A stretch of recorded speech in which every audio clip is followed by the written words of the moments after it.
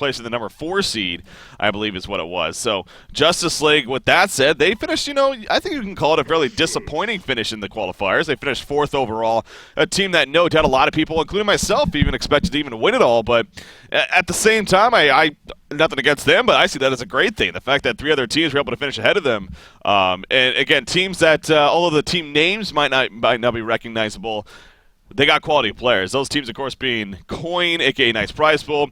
You got Pain Train, and then Jungle Jukers, or as they somehow pronounce it, Jungle Jukers, which doesn't make any sense to me. But anyways, those are the 4 teams, and then, of course, 4 more on top of that. Don't have it off the top of my head, but you can check out the brackets at HoNTour.com if you go to the events tab for yourself. So, whew, again, I can't believe we're finally here. By the way, speaking of that, there's also on the home page of HoN Tour, got a new little nice sports ticker kind of deal going on as far as the matches, focusing on the Diamond Division. So if you ever want information in general, of course, the HoN Tour, definitely go to the website. There is always plenty of information there, but even on the front page, you got all your access to match results as far as when they're going to be taking place and what the matchups even are. So it's actually just a very easy way to see, kind of an instant scoreboard, really. So I definitely recommend that's on the top right-hand side of the website. So anyways, we got to talk about this actual game, though. You see Pestilence picked up by tmsR, and I know Moonmeander has been playing that Pestilence every now and then lately. In fact, we did get to see it. I believe it was the Ultimate Series Predator tournament. We got to see it played by him, and played very well with that said. Definitely playing more of the initiating style like hero. Now, he has hero that definitely has carry potential if you ultimately want to build him that way. I think there's no doubt in that, with the gore procs taking place, especially later on in the game.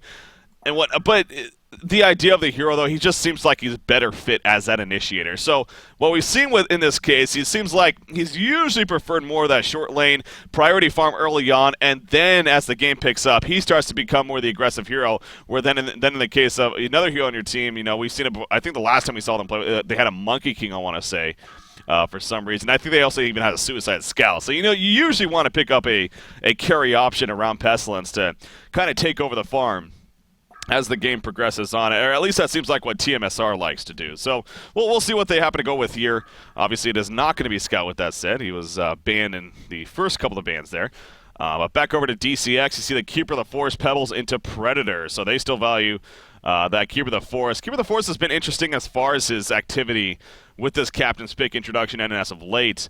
When it comes down to it, it seems like it's been a little bit on and off. Jungles in general, really, when it comes down to it. But obviously with Keeper of the Forest being that great suicide option, we'll probably see that here once again from Justice League as well. The Predator carry pick, always a nice pick to have now. With that physical presence, the Stonehide not going to be maybe as effective as he wants it to be so far, especially against the Pestilence. And, usually when you pick up a Pestilence with that said, too, you kind of want to synergize a lot of physical damage with him. At least one, if not 2 other heroes that really can benefit from that Swarm. So, with that said, again, going back to Predator, the Stonehide, it does provide 12 armor at max level, so you are definitely getting plenty out of that in that sense. But as far as the magic immunity, might not be as effective at the same time, but it is still a very powerful ability and is still a very powerful hero with that said. So we're wearing down on the clock here, down to 5 seconds and counting. So tmsR, Moonmeander the captain, going to choose, and look at that Valkyrie coming out here. Now I can't say I've witnessed a whole lot of this, but I will say I've heard, and I want to say maybe I even hopped into one scrim where tmsR was running the Valkyrie, and I believe Riser even brought this up in a recent cast that they've been trying out new heroes in general. One of them happens to be bringing back the Valkyrie, and in this case here, now as far as where she is ran, that's what actually intrigues me here. Is it going to be a short lane Valkyrie? Because, that goes back to what I was talking about Pestilence. It seems like they like to prioritize Pestilence as far as farm goes early on in that short lane. But in this case, you might think we're going to see a short lane Valkyrie, Pestilence, Engineer mid, maybe the Lodestone Suicide, and then perhaps go with another support here, something like an Empath even. I could see being pretty solid here. As far as their final option goes. But again, this final pick definitely going to give us a lot more information as far as what we're going to see. But yeah, unless they want to run some kind of tri-lane too. I know the possibility of something like an Engineer Lodestone Valkyrie tri-lane could be possible. I know the idea that Lodestone being more of a support in the tri-lane setup is well, there you go. Behemoth picked up. Okay, so speaking of tri-lane, that still could be very possible. With the Behemoth pickup, something like a Behemoth Valk Engineer. But I don't know. I don't know. Will we see a Lodestone Suicide instead with a Pestilence NG mid and Valkyrie Behemoth bottom or something like that, or maybe even Pestilence NG bottom and then Valkyrie Behemoth mid? That's going to be interesting actually to see what tmsR does here. So not gonna look too much into it because honestly I don't really have that much information concerning tmsR and them doing this. But I do love seeing the Behemoth, seeing him back. And hopefully this is a thing that's going to stay with tmsR especially. I just love the hero Behemoth, and though Panman does as well. So we got Glacius. Obviously, was a final pick for DCX. Or no, it wasn't. It was Feral was the final pick for DCX. But Glacius the 4th to last pick. So that's how that developed right there. But so we have their 5-man roster ready to go. We got Predator, Feral, Keeper, Pebbles, and Glacius. Now, you look at their lineup, what are they going to be doing here? Well, that most likely means it's going to be a Keeper jungle, actually, when you kind of look at it from that point of view. So, unfortunately, I'm going to pause the game to start things off. Nothing like getting a pause after an hour delay. I love pauses. I love pauses, I know, right? Yeah. Panman chiming in. Me being all lonely today. May give some assistance there. I'm always here. Always here for me. Appreciate it. But yeah, so you look at DCX lineup over here.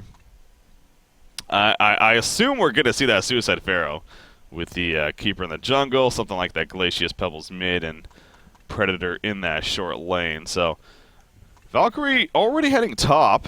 It looks like Behemoth and Engineer might be heading up there as well. So yeah, especially if this is the case, it's going to be interesting to see how DCX responds, if they even choose to, because it's always. Now, I will say Behemoth is a great roaming hero, as is Engineer as well. So, going up here to this top lane, what's going to start as a tri-lane, and especially with the passive jungler in Keeper of the Forest, this is setting up to be a dangerous start here for Justice League. I mean, it's not like they can go a Glacius Pebbles top with that Keeper of the Forest in the jungle. You see he's a very passive jungler. So, you basically have to go with the Predator at the top lane. Kind of the normal setup as expected. But just play very passive. Knowing that your Predator is going to be locked down early on, it's going to have to be up to Pebbles to really shine this game, as well as the Keeper of the Forest, getting that level 6 mark, maybe even setting up a gank at that top lane, perhaps in the middle, and then looking to push some towers, because no doubt tmsR, especially if they choose to run this aggressive trial lane, which again, it looks like could be very likely here.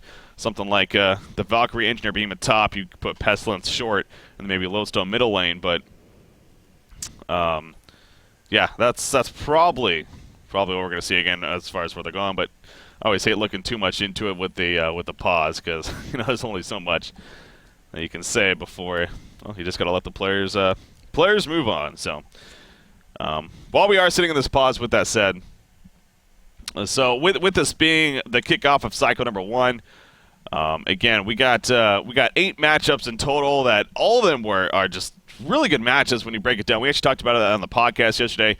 If you didn't check out the podcast, I highly suggest watching it if you missed it. It actually is already on the HoNcast YouTube.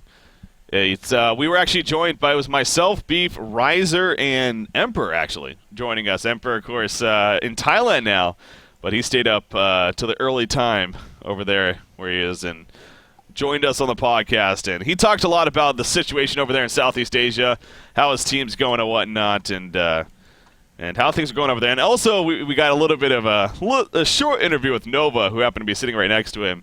A little camera shy at that time for whatever reason. Nova, a man of secrets, though. There's no doubting that. And you kind of have to be with those glasses on, though. Yeah, the glasses, they make you a man of mystery, and you got to kind of live up to that, I guess. So I don't know why, man. We asked him how's the team going. He's just like, I can't say. It's like, okay, well, I guess hey, they really want to be secretive and not give away any information. But anyways, we on top of that, though, we also talked about, of course, previewing the HoN Tour season number 2, and especially with Cycle 1, the brackets being out at the time.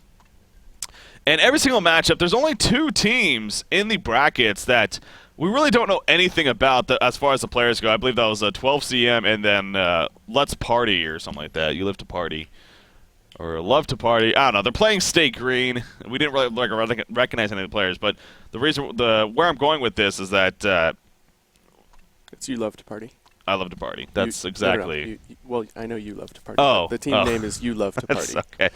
Thought you were just making a statement about myself. So. No, not yet. I lost my train of thought. No, but anyways, so you got, but all the other, I mean, it's a great amount of teams that definitely exist. You know, with the players that are playing on each of the teams, and at least a couple of recognizable names, pretty much in every other team. So, anyways, it's going to be fun to see how things develop. And you know, once again, I'm just happy to be back in the HoN Tour, in the HoN Tour cycles. I know we're just getting started with it, but. It's just great with that consistency, kind of getting back to that groove. You know, we got this first weekend here. By the end of this weekend, we'll be already down to the winner bracket finals at the end of this weekend, as well as I think round of 4 in the losers bracket. So again, it moves very quickly, and then of course next weekend is where we pick back up, and then eventually cover the finals of it. So, you know, there's a lot of money on the line. Obviously, each cycle, the top 6 teams getting a portion of the money, including first place taking home $5,000 for just 2 weeks of play. And I mean, that's every 2 weeks a chance for the first place team to win $5,000. I'm blanking on the full number, to be honest. I think it's around $10,000 total for each cycle. Okay, yeah, it is $10,000 per cycle. So, yeah, $10,000 on the line for every single diamond cycle, and that's dollars. I want to. There's been a lot of stigma lately about they heard about the gold coins, and yes, the gold coin prize pools for the gold, the silver, the bronze divisions. But when it comes to the diamond division, there is actual money on the line. So I really want to stress that $10,000 is on the line every single 2 weeks. So, just to make a point of that once again, but. Anyways, moving along here, we do see, obviously, tmsR kind of doing their roam thing. They happen to run right past the Swarta site here, placed by Tilla, so getting plenty of information as far as where they're setting up. And you know what? Not gonna do what I was kind of maybe expecting. They are going to be just sending the Lodestone Suicide, and it is going to adjust into a 2-2-1 setup, really, from tmsR. And you know, the biggest advantage of this is that, sure, you're not going to be locking down the Predator nearly as much as you would if you ran the aggressive trial lane, but it does give you a little bit better chance on the Pestilence. Slick's playing his Pestilence here as far as being in the middle lane. I don't even know about that, though, because if you went the short lanes, Pestilence versus Pharaoh, sure, that's probably a pretty back-and-forth matchup, and Pharaoh could actually do pretty handily himself in that matchup, but at the same time, you know, Slick's being the player that he is, and it being a 1-versus-1 matchup, I'm sure he would be able to do just fine. So, honestly, I don't know if I like it. It's not that this isn't going to work out for tmsR by any means, but I just feel like if they went the aggressive tri lane, not only would it be locking down that Predator, but it would also be, you know, have that roam potential on Keeper of the Forest, maybe try to put some pressure on him. He could have, I guess, just gone to the Legion jungle, so maybe it wouldn't have been as effective, but I don't know. Maybe I'm just looking too much into it. In the end, we do have the 2-2-1 set up, and I'm sure, again, this will work out just fine for them. It does give a lot of priority farm on this Valkyrie, especially at this bottom lane. As, there's that combination coming to play. Fidget Stunt on top of the Valkyrie arrow. You know, good old classic combo right there. Not nearly enough for a kill by any means, but some good pressure being put out. You do see Feral being put by Zane here. He did get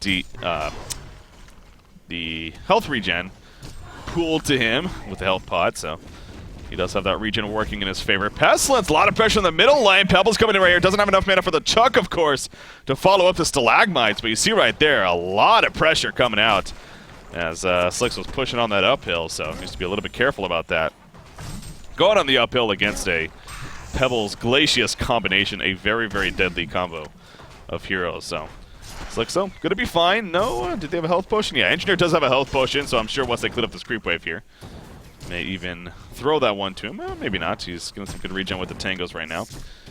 But that seems like that's going back and forth with that set. 11-3 compared to 10-1 as far as Pestilence versus Pebbles go. So the Book, of course, playing the Pebbles here for Justice League. Good to see him back.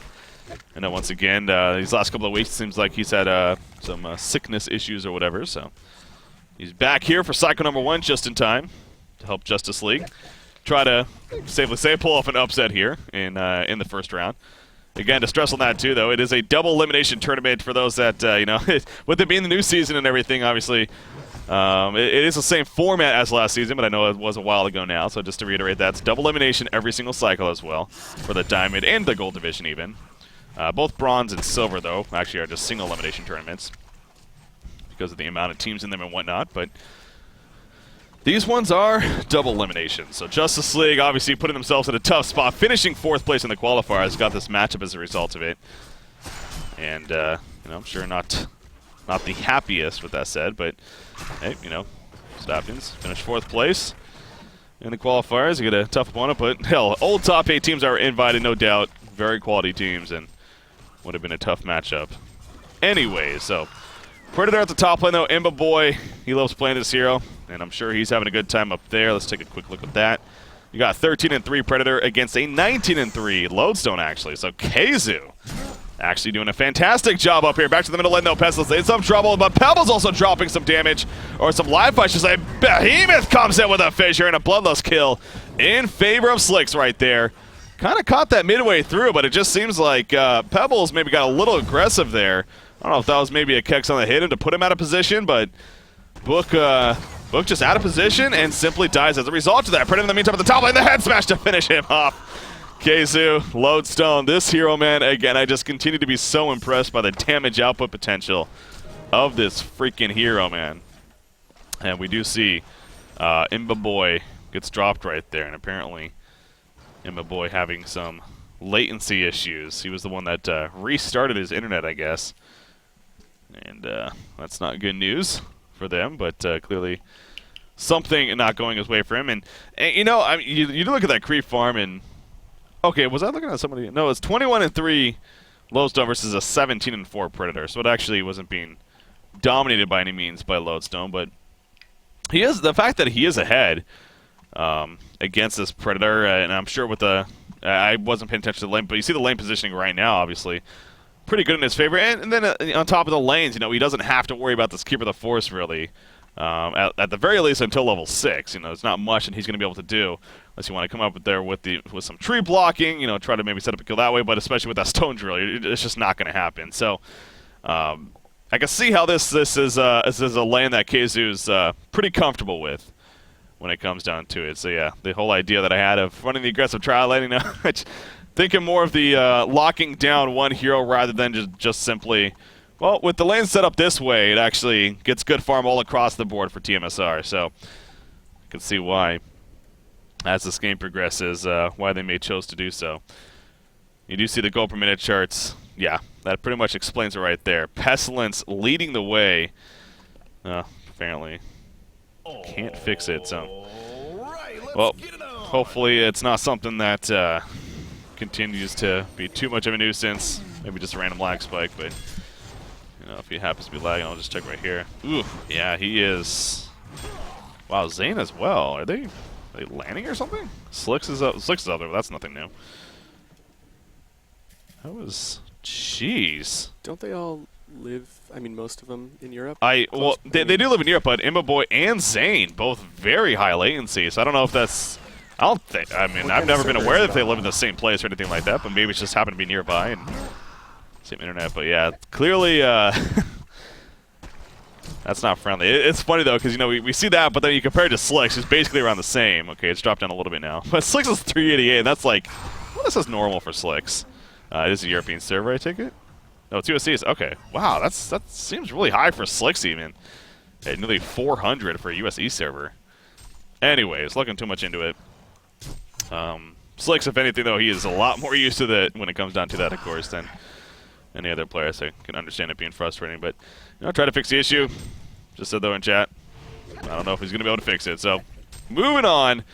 Just something you'll have to deal with. But you do see Behemoth, again, being a great roaming hero in general. That fissure stun, it's one of the best, you could argue even the best roaming tool in the game. I mean, the range that you get of it just from level 1 alone pretty much does the job. I mean, sure, it's not the most damage, but the range that you get from it, the wall-off opportunity, can set up for a lot of kills.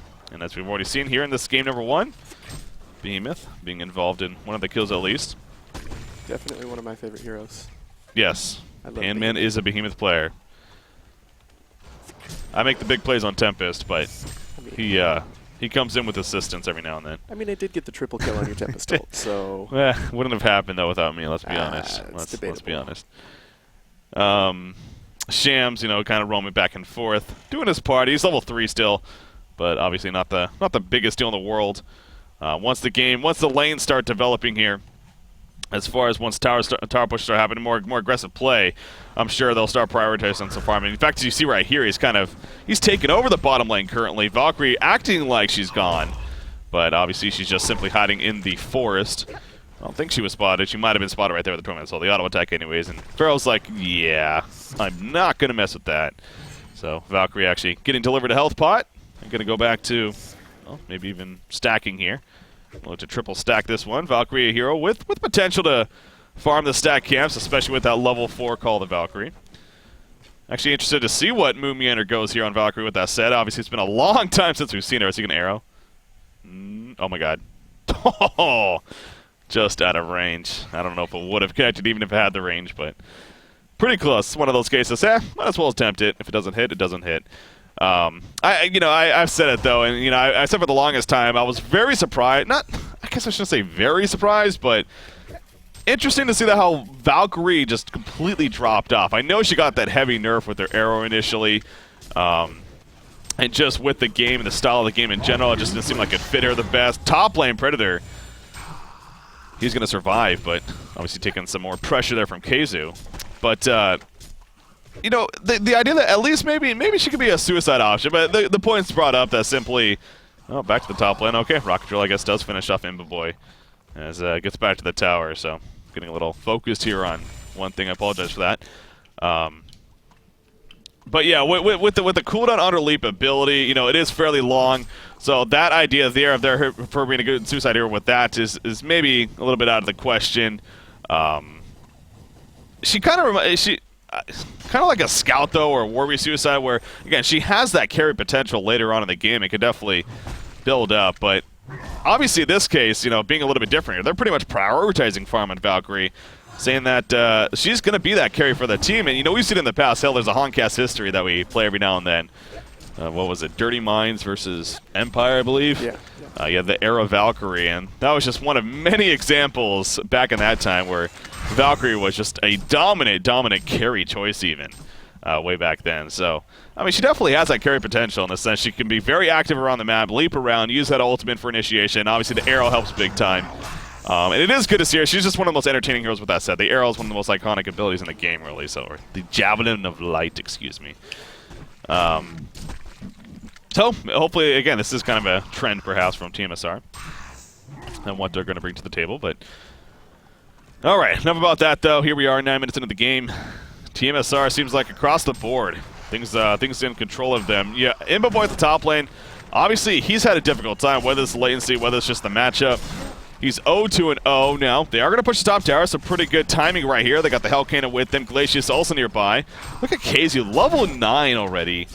With that 314 gold per minute, man. I mean, he has some solid build-up. And actually, tmsR does not want to give him a free tower here. Behemoth coming in the arrow, coming out. It will snipe out, keep the forest. No root going to be had as a result of that. He's going to be locked down. Same rocks will drop. You see the Shatter Storm going out for there for low stun. Not really going to matter. But the lockdown of Keeper of the Forest prevented any root chance right there. And they do force off Justice League of that top tower. So, well played by Too Much Sugar right there. Again, making a statement that they're not going to let you have any free tower kills. They're going to be active here and prevent you from doing so. Nice jump here for the Helper team. Great kicks up from Fitsuke, pushing himself backwards. Farlow in the meantime catch Behemoth. Behemoth's going to use a shockwave even. Trying to maybe set up a turnaround, but I think that was a little bit of a desperate situation, and that's a fairly long cooldown, so not the best use of that ability right there coming out from Shams, unfortunately, but what's done is done. Good counter kill with that said though by DCX. Obviously, Pharaoh hitting that. He's now level 7, but hitting that level 6 mark. That's where he can start moving around and getting active for the team. But yeah, no doubt a team here that really relying on both Pharaoh and Pebbles to be that active role earlier on. And now that Keeper of the Forest level 6, he's going to come back in. He still has the root, of course.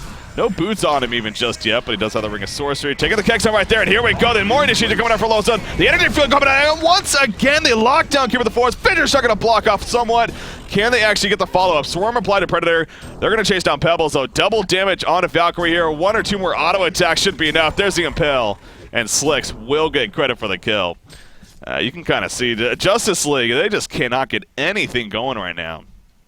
all across the board. I mean, their lineup, a mix of that passive, a mix of the aggressive. You know, whenever you see that, it's just it's definitely a case of you kind of scratch your head somewhat and be like, well, what were you hoping to happen here when it came to the draft and lineup as a whole here for the HoN team? Now, you know, not to say there is the good potential. I mean, could be the Force. Great lockdown here, a 4-hero like Predator, to be able to nom on them, as I say.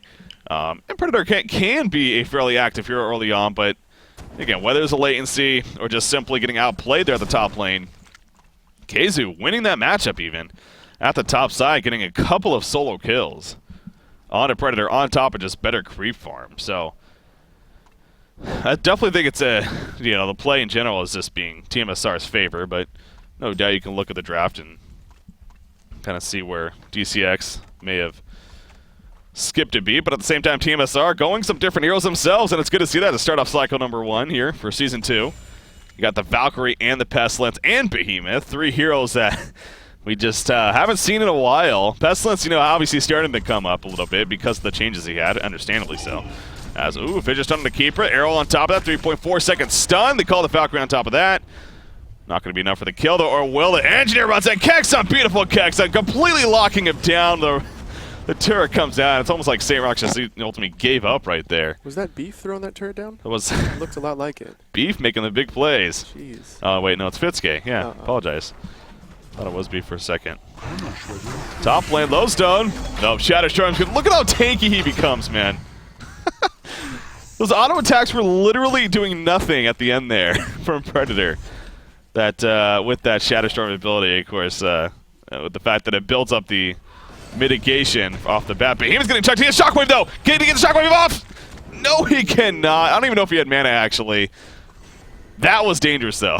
Then he got chucked back in to his own team, to their team right there. If he got a Shockwave off, that could have been actually pretty devastating for the HoN team. But they get the kill on Behemoth. Well played. Oh, Pestilence chasing the arrow. It will connect on a Pharaoh.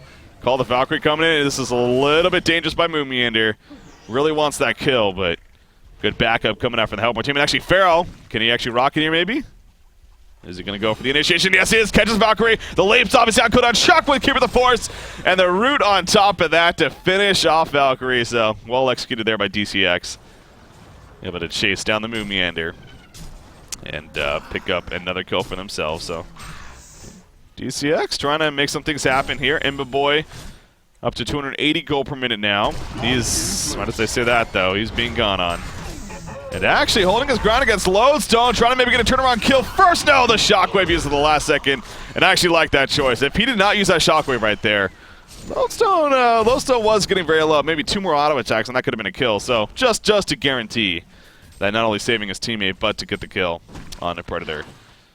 Well played right there, and you do see Shams, with that said, obviously not getting the most creep farm, but he actually has 23 creep kills, but he's farming around 170 gold per minute. It's got some good build-up here at least. Got the power supply into Striders, as well as the Amulet of the Exile. Glacius in the meantime.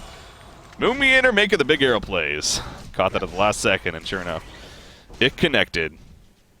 And again, this is just a big reason why you love to see this hero. But yeah, I was going to say what kind of build we're going to see on Valkyrie here. Actually, picks up an Apprentice robe early on. Kind of wonder, is that going to be a Lightbrand or maybe even a Nullfire Blade? I'm leaning towards Lightbrand, especially when it seems like she is going to be prioritized more as that carry style of hero here for the team. As bottom lane, hold that thought though. Predator going on to Pestilence. The Shadow Storm comes out, but with that stone head up, not too much damage. But in the end, he will fall. Head smash to finish him off. Nice kicks out on the Keeper of the Force right there. Catching the energy field. Pestilence still in pursuit. The sword's applied. Look at that core proc coming out. And how much damage is applied. Oh, the rocket drill just out of range for the stun. But what an arrow by Valkyrie at the last second. As well as a turret slow. tmsR, too much sugar, is just on a freaking roll right now. Portal key on Pestilence. Portal key just picked up by Keizu. Obviously a portal key most likely that works for Behemoth. If you're Justice League here, I don't know, man. I don't know. Predator did choose to go the Elder Parasite with us. That we did see him activating at that last fight. And, you know, it's usually that, Alchemist, Bones, and Sanitarius are really the 3 that we see on a hero like Predator. And, initiation on the Pebbles. He gets the tower kill, but at what cost right here? Port coming in, Gorpok coming out right there. Behemoth with the fissure stun, and Shams will finish him off. So, Book over Sting is welcome to get that tower kill. And this is Pestilence for you, though. Gets that portal key, becomes very active for your team, and starts setting up those kills. Level 11 now on top of that, so he's going to be applying minus 12 armor. Let's go across the board here.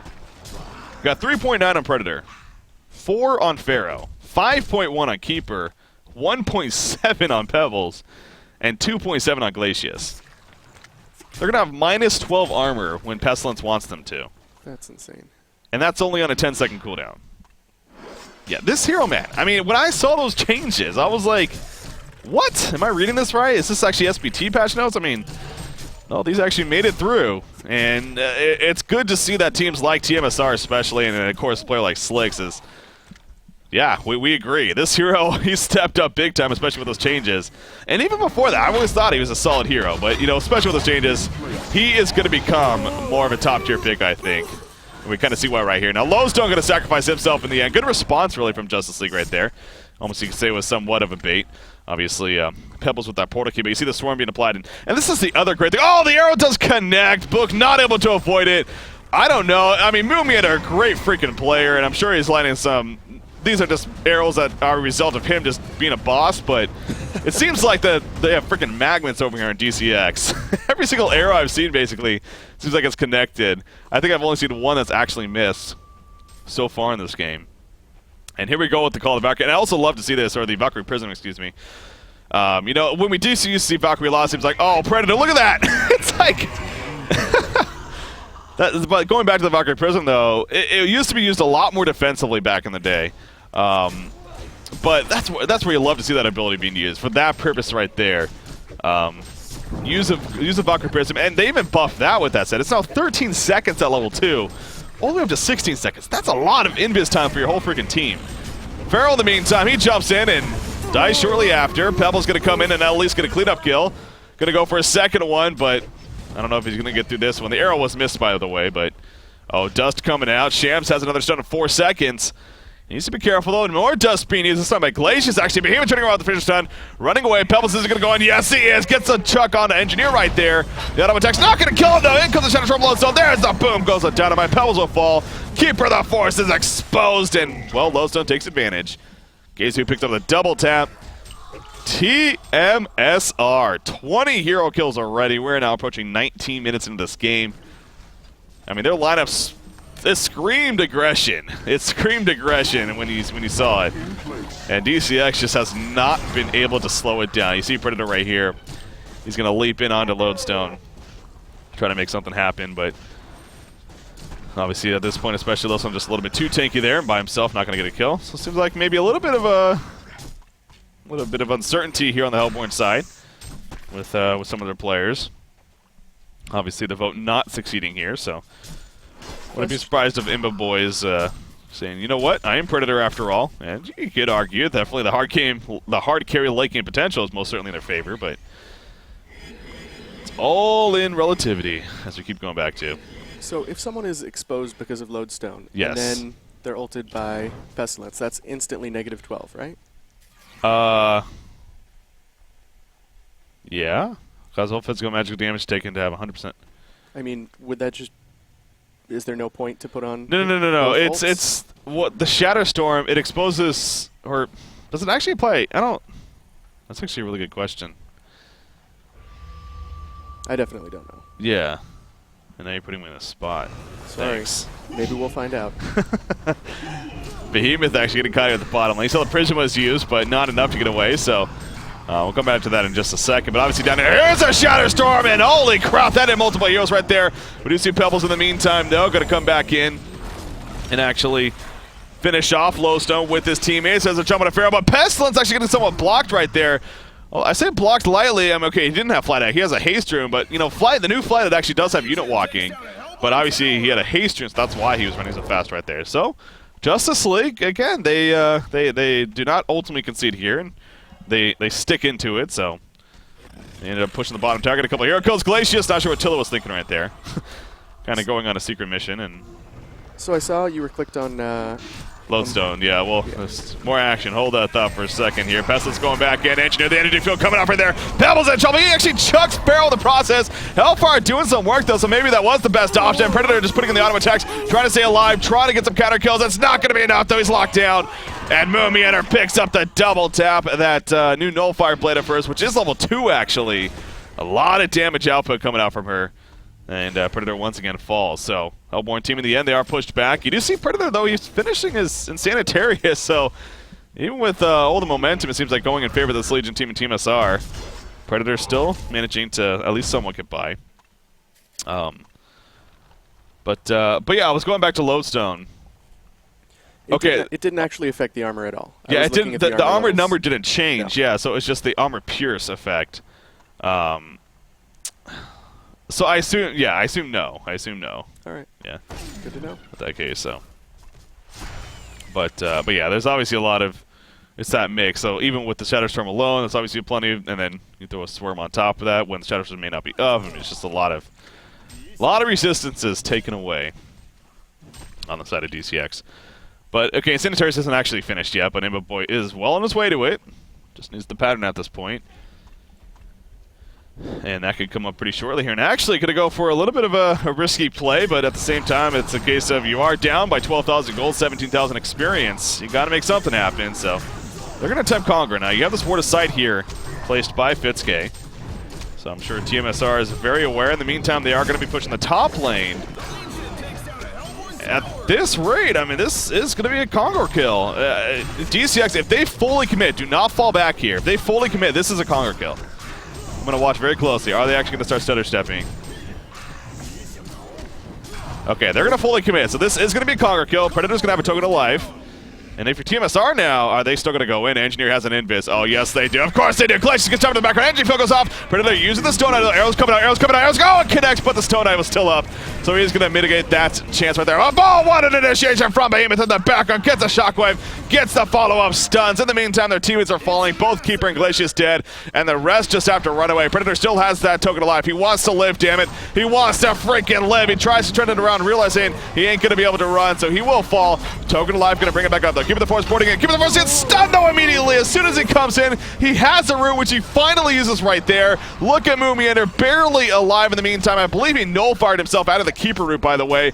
That's a big use of that item, of course. Look at the turnaround in the face arrow, and down goes Predator. Moomiander, he is just so slippery, man. I mean, he just keeps going around. Obviously, the leap helping out. The Valkyrie Prism coming into play there. Oh, that was the last fight even. But anyways, ultimately setting up big kills all across the board.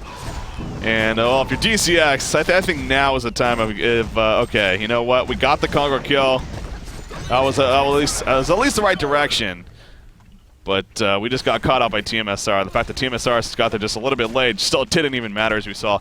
And that was just great execution from Too Much Sugar, honestly. I mean, the fact that Behemoth did what he did in the background of that fight. And actually, if we could actually real quickly look back at that fight right here to get another closer look as far as actually what happened when it came down to it. But, of course, so at the Conqueror pit, the fact that the Behemoth jams again, he did a great job. He got two heroes in the background. I believe it was at least Predator and maybe Pharaoh even. He was able to stop from going. Okay, so it sounds like, oh, actually, might have initiation now. Hold up for 1 second, sorry. You got Lodestone hanging out nearby. Can you tell them to just leave each other alone for a minute? Yeah, I'll tell them to. Cool. I'm gonna type that in chat real quickly. Guys, hold on. We're trying to get instant replays going here. Come on, production value. Oh, here we go again, though. I love this. Valkyrie Prism. Now, Pestilence was right next to that, so it doesn't matter. He leaps in, though. Gets Give Me the Force with the stun right there. Give Me the Force is in trouble. Doesn't have a anyways. Glacial Downpour canceled immediately. Energy field coming out. Down goes Keeper. Pharaoh leaps in. Trying to lock down Engineer, but it's like he's already done his job anyways. Pebbles gets absolutely bursted in the background. And Predator's like, where did my team go, guys? Team? He's going to fall back to the base. There's a vote to concede again, and I think that actually is going to end it, yeah. I gotta say, Too Much Sugar. That was a fast and quick and an aggressive, a very aggressive game. I guess I can't be too surprised, man. But Too Much Sugar making a strong statement right there. As far as that game one went against Justice League. So Yeah, I mean, it's just so much. So many kills continue to happen. So I wanted to go on a couple of talking points there, but with all the kills, hey, action takes priority, right? When it comes down to it. So you had Mumian though on that Valkyrie, 8-1-13. Again, I was intrigued to see how he would build. And just to clarify that, we had the Nullifier Blade level 2 into a Firebrand. The possibility of something like a Light Brand into a Searing Light would not have been, the Energizer into Searing Light even definitely could have been a valuable build. But he went the Nullifier route for several reasons. One being, of course, that root from Keeper of the Force especially. I think that was the main reason, really, when it came down to it. And again, it's a lot cheaper than that straight-up Geometer's Bane even. Especially in that case. So actually, okay, I believe we have that replay now that I was talking about. This is really the fight where it's like, okay, after this, like, this game is now over. So they got the Conquer kill, but at this point, look at that Behemoth initiation in the background. That's what I was talking about. On Pebbles and Predator, it looks like. And he also got Pharaoh, preventing him from using that ulti maybe a little bit earlier, if he even wanted to. But it was just a mix of... you just love seeing the coordination coming out here from tmsR. It's just well played on their part. Predator's like, okay, I got to fight here, I guess. He's going to die with the token. And look at this purge also by Valkyrie. She gets rid of... that was a nice initial stun on Keeper, but she gets rooted right here. And then the immediate purge. Well, there's the power supply, and the purge comes out, and it barely saves her. I didn't even realize it was that close. If she did not get that purge off right away, Predator would have very likely killed her, and this turnaround at the very end may have never happened. As the arrow in the face on top of the Call of the Valkyrie, there's a lot of burst damage coming out from her, so... but, even so, at this point, though, you see the golden experience later just all across the board looking pretty. But too much sugar, man. They are looking strong, to say the least here, as far as HoN Tour Season 1, or Season 2, excuse me, Cycle 1 kicks off when it comes down to it. So Justice League has their work cut out for them going into game number 2. So with that said, we are going to be taking a short break right here, and a mix of, when we come back, not only going to be coming back with game number 2, but hopefully have maybe a couple of updates for you guys as far as what else is going on across the board here for cycle number 1 so far in the round of 16. So, ladies and gentlemen, boys and girls, stay tuned. We'll be back. We got game number 2, Justice League versus Too Much Sugar, coming up next.